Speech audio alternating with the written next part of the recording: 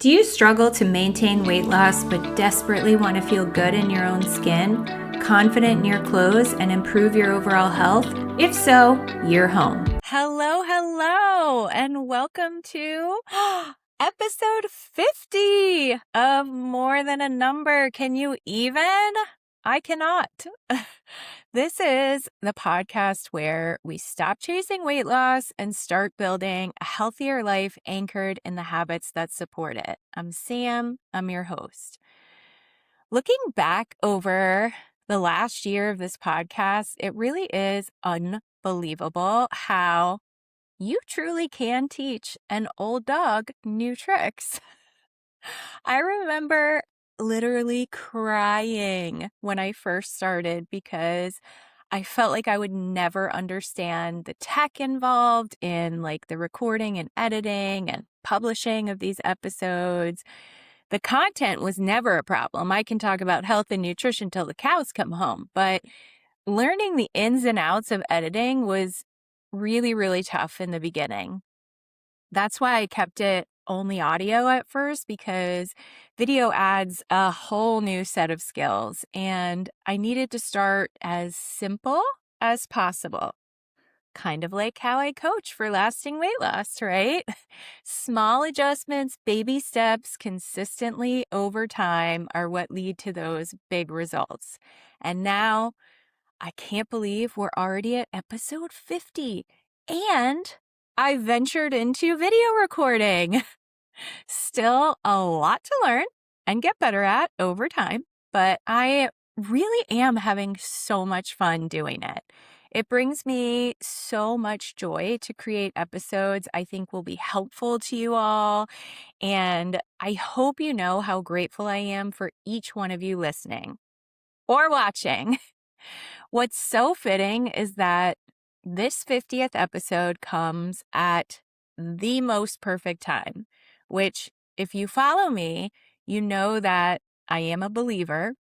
So to me, it is no coincidence at all. As I shared a little in last week's episode, a while back, I got super burnt out from social media and trying to juggle all the different advice from people on how to grow a business, how to grow on social media, but really missing the true purpose of it all. So I got off social media completely for over a year, and during that is really when the More Than a Number podcast was born.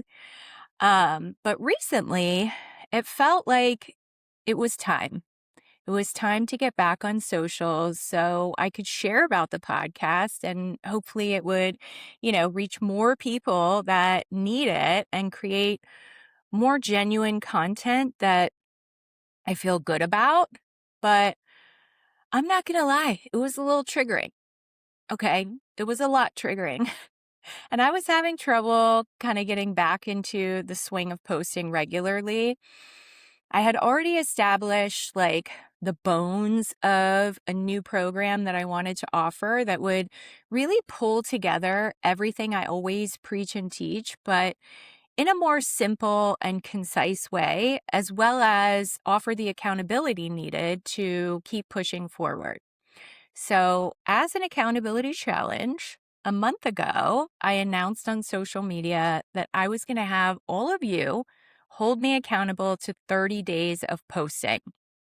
I would post every day for 30 days just to help me get back into the swing of it. Have you ever looked back over just one little tiny month and felt like 10 years and 10 different versions of yourself went by? This has been the most wild month I never saw coming, but needed more than I realized. And this podcast isn't about me or posting on social media. It's about the transformation that can happen when you commit to showing up every single day, especially when life gives you every reason not to. Because here's the truth. I say it all the time. Life is gonna life. None of us get a free pass from disappointment, stress, grief, anxiety, unexpected change, or seasons where literally everything feels upside down. Your hard season may, look completely different than mine. Maybe it's a health diagnosis. Maybe it's financial stress. Maybe it's taking care of aging parents. Your marriage might be struggling. Maybe you're just exhausted from carrying everyone else. Maybe it's all those things. Whatever it is, we've all had those moments where it feels easier to abandon ourselves than to take care of ourselves. And that's really the gut of what I want to talk about today. What do we do when life gives us every reason to quit? So the challenge was just a simple commitment: post every day on social media, not to lose a specific amount of weight, not to post perfectly curated pieces of content like a social media wizard that I am not. Just, I'm going to show up for myself and for my peeps every day for 30 days. Because I know the power of that commitment to accountability when you feel like you've been procrastinating something you know you need to do. I've been sitting on all these ideas that I believe so strongly will help people, but I wasn't helping myself. I was holding myself back, second guessing, waiting until everything was perfect, making up excuses like, I'm just too tired to work on this stuff, and social media algorithms are too hard to figure out. And then I just decided enough was enough and announced it publicly so that I would have all of you to hold me to it, because we know that accountability works. Well, I wish I could tell you it was 30 super easy, glorious days, and it took no effort to show up and post. It was not. In the beginning, like the first week, life seemed to change overnight, and it's been one of the hardest personal seasons I've ever experienced.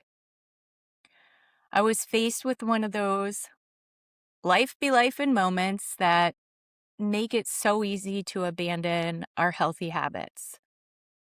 Not because we forget them, but because we're hurting. There wasn't a single part of me that wanted to have to show up and create a social media post every day. As the comedian Leanne Morgan says, I wanted to take to the bed and not come out. I wanted to isolate, to return to my Cookie Monster roots and binge out in the dark with true crime marathons. And we do have that option every day. So every single day became a choice. Do I eat cookies and isolate, or do I keep moving forward? And I've learned the hard way enough times over the years that our first instinct isn't always our best decisions. I know my old patterns, and 5 years ago, I absolutely would have numbed this pain. Now I'm grateful for it. And by the way, this is how I know beyond a shadow of a doubt that God still performs miracles. Because when I say I would have numbed this pain, I don't just mean with food. I would have drank till I passed out and then binged on food all day, rinse, repeat every day. But never once during this time did I even think about or desire alcohol. Not once. He delivered me from that response 4 years ago. That doesn't mean that grief disappeared. It means he changed how I responded to it. I know that numbing never makes it better. It only makes it worse in the long run. That's awareness, and awareness gave me a choice. And I think this is where most people misunderstand that self-awareness. Awareness isn't just noticing like what you're eating or how you're eating. It's noticing what you're thinking in those moments.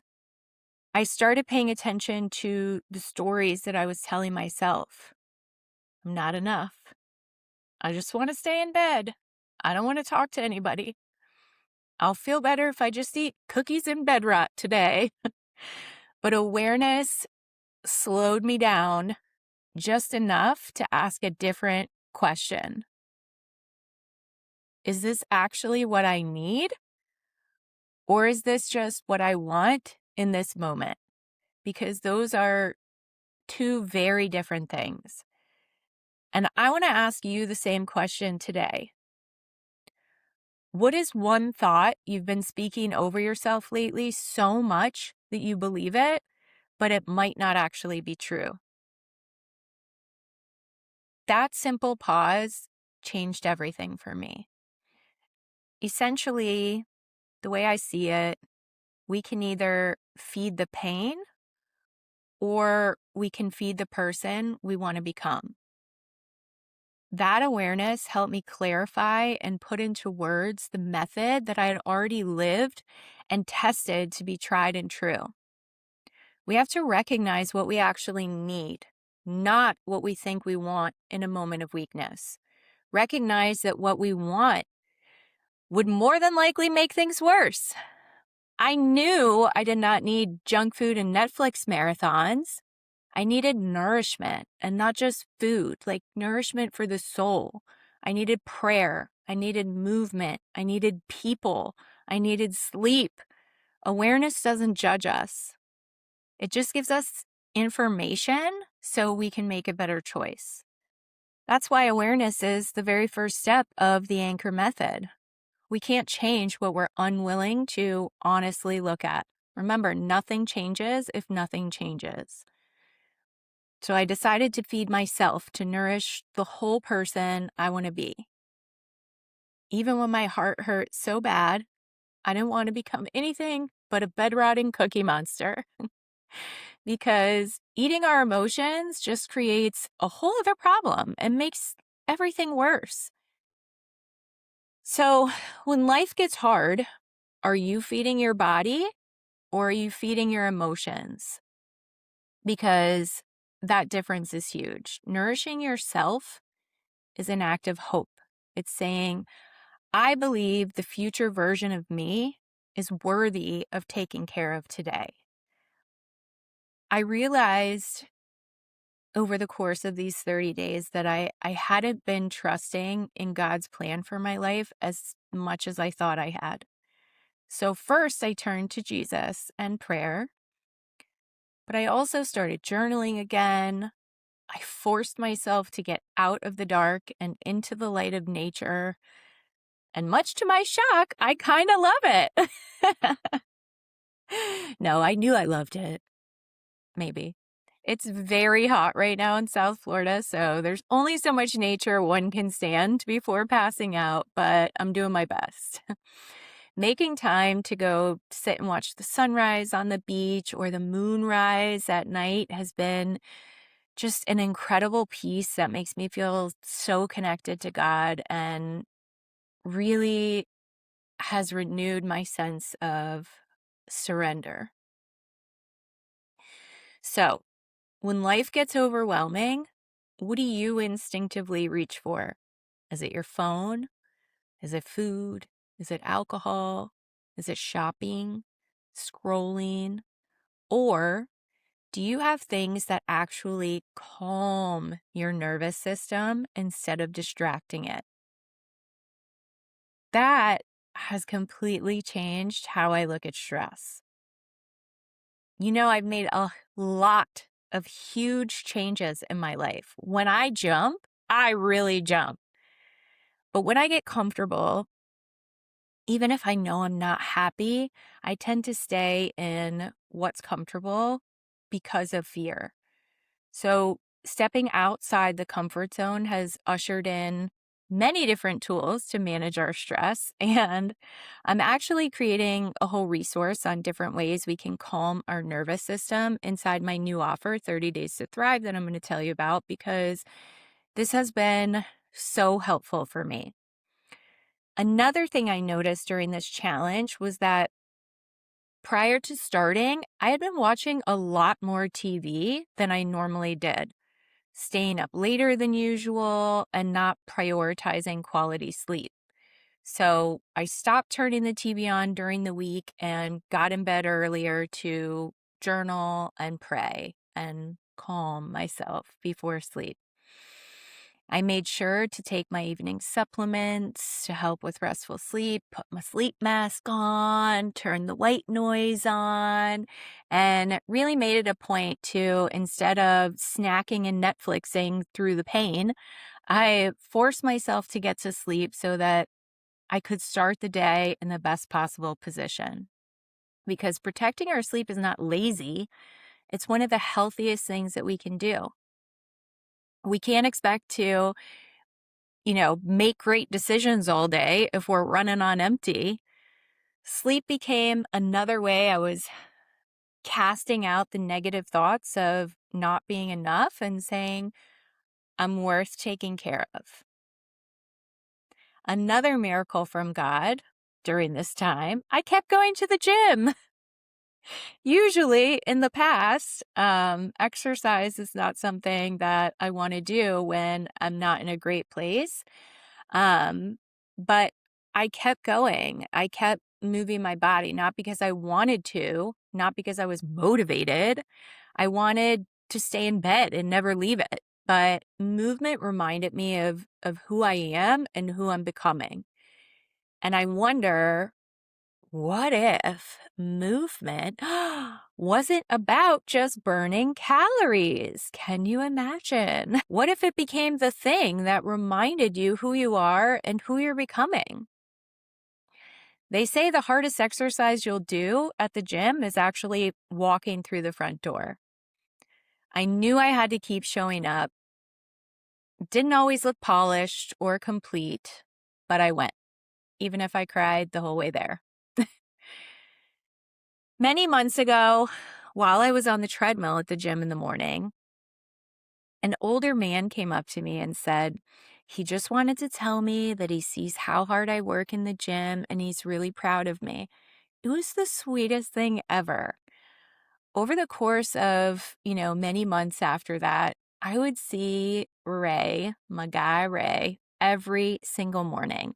I call him the mayor of LA Fitness because he literally knows everyone.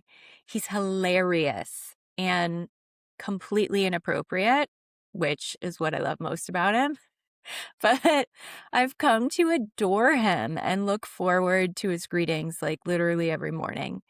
And he told me a month ago that he was turning 89 in July and that somebody was having a big party for him. So he was all excited about this party, right? And then one day he invited me to his birthday party. Ray doesn't know this, but the morning that he invited me to the party was a really hard morning for me. And I was very sad. I wouldn't know anyone at this party except Ray, so my initial reaction was just to politely decline and wish him well. But he made me promise I would at least think about it. I immediately started making excuses in my head. I don't know anybody that's going to be there. It'll be awkward. I don't feel like meeting new people and making conversation. I just want to stay home. Sound familiar? Because that's exactly what fear does. It convinces us that isolation feels safer than connection. The next day, I saw Ray come in and I felt God tell me, you're going to that party. And so I did. I went to some random guy's house filled with a bunch of other random people, a mix of the friends of the guy whose house it was, and then all of Ray's peeps that were there to celebrate him. And, I introduced myself to lots of people and had great conversations. And most importantly, Ray had the best time, and he has not stopped telling me every morning how much it meant to him that I showed up. I didn't want to go. I cried half my makeup off before I left the house, but I knew I had to for Ray and for me. Healing isn't just surviving, it's learning to step back into life and find a way to thrive. I think that's true for weight loss too.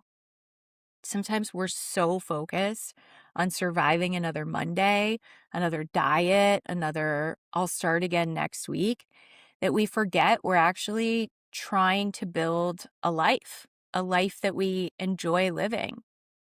That's always been the goal. Guys, please don't think I'm telling you this to like fish for sympathy or to just talk about myself and, all the great changes that I made for 30 minutes.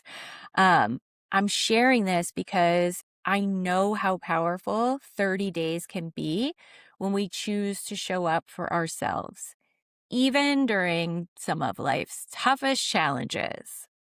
I didn't do any of this perfectly. Most of the time I did it with Tammy Faye mascara lines all over my face, but I just kept getting up and choosing to move forward and do the thing. What started as a simple commitment to post on social media every day literally saved me from turning to old patterns.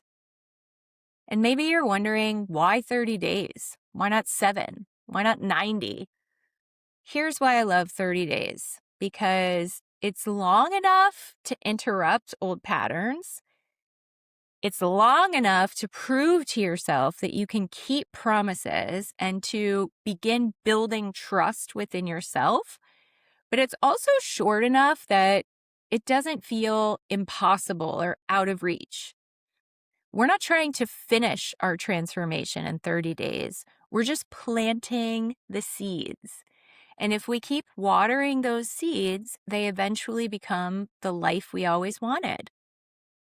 So these 30 days taught me 3 core lessons. The first is consistency builds trust within yourself, which in turn builds confidence. Not motivation, confidence. The second, you don't know how strong you are until life gives you a reason to quit. And the third, 30 days won't change your life unless 30 days changes you. That's what habits do. They change your identity. Halfway through this challenge, I realized I wasn't just creating daily content anymore. I was accidentally building the exact framework and coaching method I wish everyone could experience on their quest for lasting weight loss. I was becoming the very first student of the new program I'm creating. Every day, I was literally living the anchor method, not teaching it, living it out in real time. And that's when I knew that 30 days really can change your life. One thing this challenge reminded me of is just how powerful accountability really is. I announced my commitment publicly because I knew I was more likely to follow through. And that's one of the biggest reasons I created my new program, 30 Days to Thrive. For those 30 days, I'll be your accountability. You don't have to figure it out alone. We're going to walk through it together. Not because everything gets fixed in 30 days, not because you can lose 1,000,000 pounds in 30 days, but because 30 days is exactly enough time to plant the seeds that will continue producing fruit long after those 30 days are over. 30 days to thrive isn't 30 days to lose a certain number of pounds on the scale. It's 30 days to rebuild trust in yourself. It's 30 days to remember who you are and who you want to become. It's 30 days to build and strengthen the habits that support the lasting weight loss you desire. Because we don't chase weight loss, we build a life that supports it. Another thing I realized throughout this month is those 4 anchors that I talk about tell us what we're strengthening. We have fuel where, we're nourishing our body and hydrating well. We have rest for rest and recovery, move for movement, and calm for our stress management. And then the anchor method is just the process we use to strengthen those anchors. One choice, one habit, one day at a time. So I'll end this quietly, not with a bunch of hype, but with hope. If you're walking through a difficult season right now, I want you to know something. You don't have to change the world overnight. You don't have to start over from scratch. Every experience is a learning experience, whether it's painful or joyful. It still provides insight for you to apply going forward. So don't think of it as restarting. Think of it as a reset. You just have to come back to your anchors. One decision, one meal, one walk, one prayer, one bedtime, one day. Repeated relentlessly. And there's one more thing I want you to know. Just because I finished my 30-day posting challenge does not mean I'm done. The last step of the anchor method is repeat relentlessly. We don't stop showing up because 30 days are over. We just keep on building. So here's my next accountability challenge. Every single week, I'm going to intentionally do one thing outside my comfort zone to strengthen my calm anchor. Maybe it's saying yes to an invitation. Maybe it's trying something new. Maybe it's putting myself in a situation that scares me a little or a lot, because growth doesn't happen inside our comfort zone. And I'd love for you to hold me accountable to that. You're my accountability partners again. So if you're listening to this while you're driving or folding laundry or walking the dog or sitting in your car because you're not quite ready to people yet, maybe today is your day one. Not day one of another diet, day one of coming back to yourself. I truly believe there will be joy in the morning. 30 days ago, I thought I was starting a little simple social media challenge. Looking back, God was actually preparing me to launch this program. Not by making life easy, but by showing me that the anchor method really works when life is hard.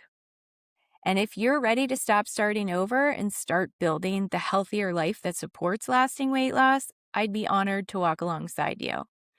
Enrollment for 30 Days to Thrive is officially open, and you can learn more at thrive.theanchorednutrition.com. Okay, here's to episode 50.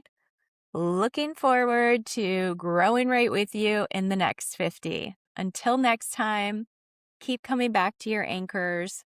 I love you. God loves you. I'll talk to you next Monday.